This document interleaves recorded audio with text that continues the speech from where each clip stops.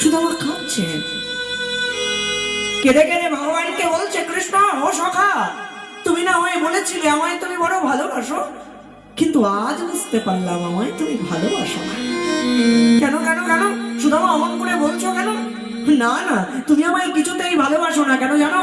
যদি আমায় ভালোবাসতে তবে এমন করে অট্টালিকা তৈরি করে দিতে না, এমন করে ঐশ্বর্য দান করতে না। ও কৃষ্ণ, তুমি জানো না যে ঐশ্বর্য পায় যার ধন থাকে সে তোমার ভজন করে না, সে তো তোমায় ভুলে যায়, সে তো তোমায় মানতেই চায় না। ও ঠাকুর, এতদিন ধন ছিল না,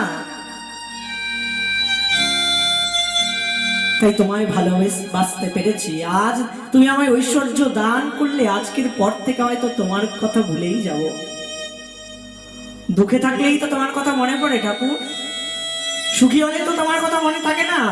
তাই আজ থেকে তুমি আমায় সুখী করে দিলে, আজ থেকে বুঝি আমি আর তোমায়